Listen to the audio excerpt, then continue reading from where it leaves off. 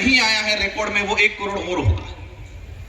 देश के अंदर वन विभाग के बाद चारागाह बिलाना जमीन की बात आती है, और चारागाह बिलाना जमीन की बात आती है। मैंने जो पार्लियामेंटली जो रिकॉर्ड निकाला है उससे मुझे जानकारी मिली है कि 2.5 से 3 करोड़ आदिवासी चारागाह बिलाना जमीन पे बैठा हुआ है और संघर्ष कर रहा है कागजी अधिकार लेने के लिए। साथियों, एक बात की बात समझना पड़ेगा, हम अधिकार की बात कर रहे हैं। इस जमीन पे हमारा पुरखाई अधिकार है, हम कहते हैं इस देश के मूल मालिक हैं, लेकिन कागजी अधिकार के लिए संघर्ष कर रहे हैं। कौन सा अधिकार चाहिए?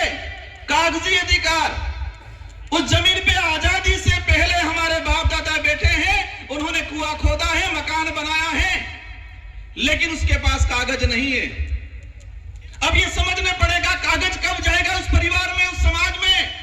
जब एजुकेशन जाएगा, स्कूल जाएगी, पढ़ा लिखा होगा तो कागज जाएगा। जिस समाज में एजुकेशन ही नहीं गया, आज पहली पीढ़ी एजुकेशन प्राप्त कर रही है और उनसे कहा जाता है कि अधिकार हो तो कागज दो। ये कागजी अधिकार। हम प्रयास करेंगे, देश के अंदर अनेक शोध संस्थाएं हैं, इसरो है, बड़े बड़े सैटेलाइट लगे हुए हैं, तो उन सैटेलाइटों से पता क्यों नहीं लग रहा है कि आदिवासी कब से बैठा हुआ है उस धरती पे, उससे कागज क्यों मांगा जा रहा है? ये आदिवासियों को गुमराह करने का तरीका है, बिजी रखने का तरीका है। सैटेलाइटों से छोटी छोटी चीजें कवर हो रही है और उस पे भी मैंने जाने का काम किया, लेकिन ये सैटेलाइट और ये सरकार, हमारे पूर्व जनजाति आयोग के अध्यक्ष जी ने कहा कि 2005 से पहला बैठा हुआ हर आदिवासी को पट्टा मिलना चाहिए, लेकिन सरकार क्या कह रही है? सैटेलाइट से देखेंगे, जिसका मकान है उसको देंगे। और हमारा मकान क्या छत वाला रहता है कि झोपड़ी वाला रहता है? ये सैटेलाइट, ये सरकार है, झोपड़ी वाला जो मकान है, हमारा केलूपोस मकान है, जो हमारा कुआं है, उसको मकान नहीं मान रही है। जो 4 दीवारी बनी हुई है, जिसकी छत लगी हुई है, उसी को वो मकान मान रहे हैं। अगर इस स्थिति में हमारे अध्यक्ष अगर कह के जाते हैं, क्या हमें मिलेगा पट्टा? आज देश के अंदर जो स्थिति, इसके अलावा क्या बटे? इनसे ज्यादा तो लड़ रहे धर्मों में, पार्टियों में। कोई हिंदू बन गया, कोई ईसाई बन गया, कोई बौद्ध बन गया, कोई जैन बन गया, कोई मुस्लिम बन गया। वक्ता ने कहा था कि आपस में ही लड़ रहे हैं, और मेरा जहां तक आकलन है, अगर हम नहीं समझे तो ये लड़ाई और तेज होने वाली है। जिस तरह मणिपुर में हुआ, इसी तरह छत्तीसगढ़ में हो रहा है। आज एक चीज हमने देखी, देश के अंदर छोटी सी कुछ घटना हो जाती है, हाहाकार मच जाता है, मीडिया हो, सरकार हो, न्यायालय हो, कोर्ट हो, संज्ञान ले लेती है। लेकिन आज भारत देश के अंदर पिछले 1.5 साल में 300 से 400 आदिवासी नक्सलाइट के नाम से मारे गए। इस पे किसी ने संज्ञान क्यों नहीं लिया? इस पे यहां पर भी बात नहीं हो रही है। हम कह रहे हैं एक तीर एक कमान, तो क्या छत्तीसगढ़, झारखंड, उड़ीसा वाले आदिवासी एक तीर एक कमान के अंदर नहीं आते? सलमा जुडो चला 2005 से 2008 तक छत्तीसगढ़, झारखंड के अंदर। मैंने पार्लियामेंट में क्वेश्चन लगाया, सरकार को पूछा कि सलमा जुडो चला अभियान, कितने आदिवासी मरे? सरकार कह रही है हमारे पास कोई फेक का आंकड़ा नहीं है। इंसान मरा है, भारत देश का नागरिक मरा है, और सरकार कह रही है कि हमारे पास पूर्ण कोई आंकड़ा नहीं है। हजारों बहन बेटियों के साथ बलात्कार हुए थे सलमा जुडो में। उस समय भी अभियान यही चला था, नक्सली उन्मूलन। आज भी अभियान चलाया जा रहा है, नक्सली उन्मूलन। अगर नक्सली उन्मूलन होना था 2005 से 8 तक सलमा जुडो चला, तब क्यों नहीं हुआ? आज अभी चला रहा। मैंने देश के गृह मंत्री जी से भी यह सवाल लगाया, पूछा है कि जिस आदिवासी 14 साल की बच्ची को हाथ में हथियार मिला है, क्या वो पैदा होने से पहले ही हथियार लेके आई थी? क्या बात? 14 साल 15 साल की बच्ची, वो चाइना के हथियार हैं। आप सभी न्यूज चैनल में देख रहे होंगे, जो हथियार आदिवासियों से बराबर हो रहा है, क्या वो आदिवासी चाइना जाके हथियार लेने गया? उन आदिवासियों को हथियार पकड़ाने वाले कौन उद्योगपति है, कौन राजनेता है? जब तक इनका खुलासा नहीं होगा, आदिवासी इधर भी रहेगा, फौज में भी आदिवासी, उधर भी आदिवासी। मर कौन रहा है? आदिवासी बन रहा है, आदिवासी नहीं होती देश का किसान कौम का, गरीब कौम का आदमी मर रहा है, वो भी फौज में कौन जाएगा? क्या उद्योगपति अडानी अंबानी का बेटा जाएगा फौज में? आज देश के अंदर हजारों हेक्टर, लाखों हेक्टर जमीन पिछले 5 सालों के अंदर लीज पे दिए फॉरेस्ट। एक चीज देखा, मेरे अंदर भी पहले डर था, जो कोई कार्यक्रम कराते उनका भी डर रहता है कि कोई कुछ बोल नहीं दे, पीछे हमारे को पुलिस पूछेगी। डर से लड़ाई नहीं लड़ी जाएगी, डरोगे तो मरोगे। हम सच्चाई के लिए लड़ रहे हैं तो लड़ना पड़ेगा। अगर हम जो बात बोल रहे हैं सरकार लिख के दे दे ये गलत है, जो बात हम पार्लियामेंट में बोल सकते हैं वो बात इस मंचों से भी होनी चाहिए आप लोगों के द्वारा। मैंने कहा था मुझे बारी नहीं मिलेगी चलेगा, मैंने यह भी कहा था कि मुझे नहीं बोलना, मैं सुनना चाहता हूं। साथियों, मैंने पिछले सम्मेलन आयोजन कमेटी का सम्मान करता हूं सभी का। मैंने पिछली बार में कहा था कि हम जो हर साल आयोजन करते हैं, जितने जो वक्ता अपनी बात रखते हैं, एक मेमोरेंडम बनाए, प्रस्ताव बनाए और वही डेलीगेशन राष्ट्रपति से मिले, प्रधानमंत्री से मिले, सारे राज्यों के मुख्यमंत्री से मिले। ये करना पड़ेगा। बाकी हम सांसद बन जाएंगे, विधायक बन जाएंगे, इनमें से बेटे फिर जो जिनके मंशा है वो बन जाएंगे, होना कुछ नहीं। देश के अंदर 47 आदिवासी सांसद आते हैं। मेसा कानून 2.5 से 3 करोड़ आदिवासी नगर निकाय, नगर पालिका क्षेत्र के अंदर आज अतिक्रमणकारी के रूप में उसकी पहचान की जा रही है। 2.5 से 3 करोड़ आदिवासी। म्युनिसिपल एक्ट शेड्यूल्ड एरिया के अंदर स्पष्ट कहा गया है और इसका मैंने पार्लियामेंट 2001 से। साथियों, एक बात जानना आज कि देश की संसद को भी देखा है, राजस्थान की विधानसभा को भी देखा है, लेकिन हर कानून आता है जिस बजट सत्र में आता है उसी बजट सत्र में पास हो जाता है, लेकिन आदिवासियों के कानून 20 साल हो गए, 25 साल हो गए संसद में आने के बावजूद भी रुके हुए। मेसा कानून 2000 में आया, 2003 में इसकी कमेटी की रिपोर्ट आ गई और आज तक पेंडिंग पड़ा हुआ है, क्योंकि वो आदिवासी के हित का था।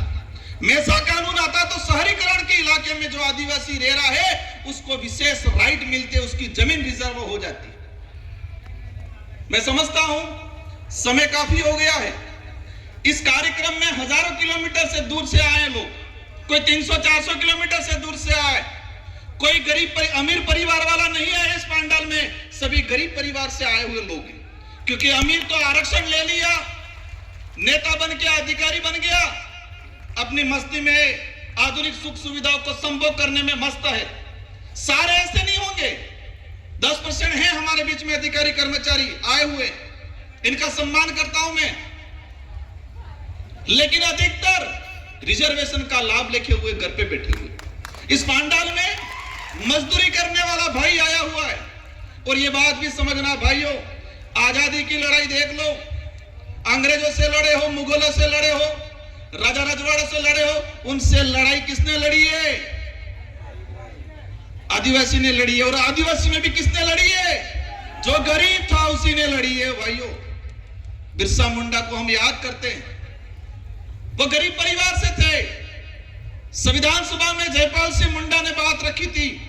और एक बात सबको जानना पड़ेगा कि संविधान सभा में अगर जयपाल सिंह मुंडा नहीं होते, 1875 का जो अधिनियम है, जो हमारे प्रावधान थे, जो 1950 के संविधान के अंदर सम्मिलित नहीं होते, वो जयपाल सिंह मुंडा को आज हम भूलते जा रहे हैं। साथियों, बातें अनेक हैं, लेकिन मेरी 2 से 3 बातें आपसे अपील है। अधिकतर सरकार पे भरोसे मत रहिए, सरकार को मजबूर करिए कि वो हमारे भरोसे रहे। उल्टा करना है, हम सरकार के भरोसे नहीं, सरकार समय आने पर लोकतांत्रिक जो व्यवस्था है उस दौरान हमारे भरोसे बैठे, ये तय करना है। वो कैसे करना है आप समझ जाओ। और एक चीज देखी मैंने, 13 करोड़ के आसपास आदिवासी है, इसमें से 29 राज्य हैं और 29 राज्य में सबसे ज्यादा आदिवासी की संख्या किस राज्य में है? सबसे ज्यादा आदिवासी संगठन किस राज्य में है? सबसे ज्यादा आदिवासी ST reserve MLA seat MP seat किस राज्य में है? सबसे ज्यादा अत्याचार, भेदभाव, एट्रोसिटी, जल जंगल जमीन से उजाड़ा किस राज्य में हो रहा है? मैंने कुछ नहीं बोला है, आधों ने बोला है, आधे चुप है, कंफ्यूज है। वो आप सवाल ढूंढते रहना। और सबसे ज्यादा आदिवासी संगठन किस राज्य में बने हुए हैं? इस देश में एक ट्रेड चल रहा है अभी, उस ट्रेड को भी समझना है। ट्रेड ये चल रहा है कि कोई सामाजिक घटना होती है, सामाजिक आंदोलन होता है, और वहां थोड़ा पढ़ा लिखा आदमी जाके तेज तर्राट भाषण दे देता है। अब भाषण दे देता है तो सबकी निगाहें उस व्यक्ति की तरफ होती है, तो वो लीडर बनता है। और जो लीडर बनता है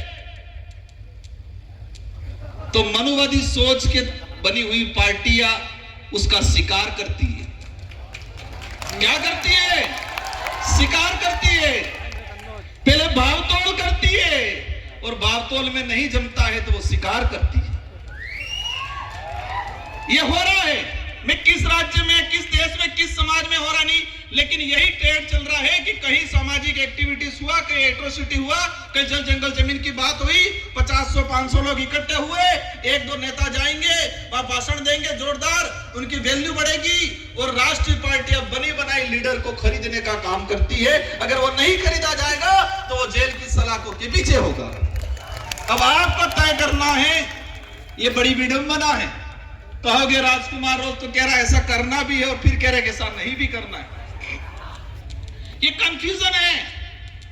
ये बड़ी विडंबना है कि हमें सही व्यक्ति को, सही विचारधारा को कैसे चॉइस करना, ये आप पे छोड़ के जाना चाह रहा हूं। हमें विवेकशील बनना है, सोचने समझने की शक्ति डेवलप करनी है। यह बात जरूर है कि आदिवासी समुदाय बोला है, लेकिन इस समुदाय को कुछ लोग उस बोलेपन का फायदा उठाते हैं। और अंतिम में एक बात कहना चाहूंगा कि मेरे लिए तब सुनोगे आप, मेरा साथ तब दोगे, मैं सही नीति पे चलूंगा, सही बात के लिए लड़ूंगा, मेरी कथनी और करनी में अंतर आएगा, उस दिन राजकुमार रोध की भी नहीं सुनी जाएगी। देश के अनेक संगठन हैं, आदिवासी एकता परिषद पे पूरे देश के आदिवासियों की निगाहें हैं। इस पंडाल में लाखों लोग हैं, लेकिन करोड़ों लोग यूट्यूब के माध्यम से घर बैठे हुए आदिवासी एकता परिषद के कार्यक्रम को आज देख रहे हैं। वो हमारा अध्ययन कर रहे हैं। मेरा अनुरोध है, इस छवि को बरकरार रखना, ये कारवां बढ़ना चाहिए। हमें स्वच्छ सही नीति से संगठन को चलाना है। मैं एक आदिवासी समुदाय का एक मामूली आदमी होने के नाते मेरा हमेशा सहयोग रहेगा। विचारधारा उद्देश्य कुछ हो सकते हैं अलग, लेकिन आदिवासी समुदाय के हक अधिकार, उनको एकजुट करने की बात आएगी, राजकुमार रोध खड़ा रहेगा। लेकिन मेरा हाथ जोड़ के अनुरोध है कि कथनी और करनी में अंतर मत आने देना, नीति सही रखना। अगर नीति में मेरी और कथनी करनी में, मेरा उदाहरण ले लेता हूं, फर्क आ गया, समाज आज कारवा है, लेकिन नीति और करनी और कथनी में अंतर आ गया, पीछे कोई नहीं मिलेगा कुछ समय बाद। इस बात को ध्यान रखना सभी। समाज को जरूरत है। समाज हर बार ठगा गया है, हर व्यक्ति से ठगा गया है, हर संगठन से ठगा गया है। हम प्रयास करते हैं, हम सबको मिलकर प्रयास करना है, क्योंकि एक बार कोई लीडर बनता है और वो कोई गड़बड़ कर देता है, समाज ठगा हुआ महसूस करता है। कोई संगठन बनता है, उस संगठन से आस लगती है, अगर वो संगठन कथनी और करनी में अंतर कर देगा तो समाज ठगा हुआ महसूस करेगा। भाइयों, आजादी के बाद से हजारों बार आदिवासी समाज ठगा हुआ है, व्यक्तियों के द्वारा, संगठनों के द्वारा। हम प्रयास करो, आप ज्यादा कुछ नहीं कर पाओगे चलेगा, लेकिन कथनी और करनी में अंतर मत आने देना, और सही नीति से, निष्पक्ष नीति से हमें आगे बढ़ना है। इन्हीं शब्दों के साथ आप सबको धन्यवाद, आभार। जय जोहार, जय भारत, जय भील प्रदेश, जय संविधान।